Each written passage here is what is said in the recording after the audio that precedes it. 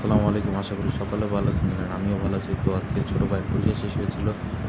তো ভাবছিলাম কী করব। তো ছোটো ভাইয়ের আবদার ছিল মামার বাসায় যাবো। তো আমরা চলে গেছিলাম মামার বাসায়।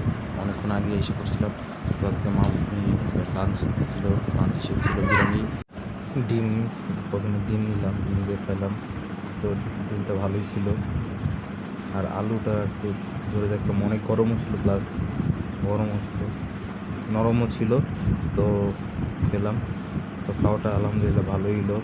যত কষ্ট করে রান্না হচ্ছে এটাই তো ভালো হওয়ার কথাই। তারপরে ঠান্ডা হচ্ছে ম্যাক্স কলা ছিল।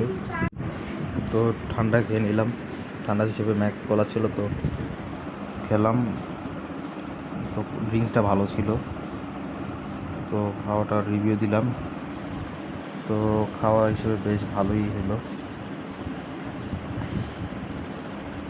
আর এরপরে একটু আসলে পেটটা একটু বেশি ভরে গেছিলো, তো আর একটু দিতে চাইছিল, তো আর নেই নাই।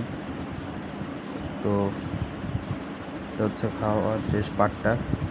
আসলে এত পরিমাণে দিচ্ছে, আসলে শেষ করাই যাচ্ছিল না। পেটটা অলমোস্ট ভরেই গেছিলো।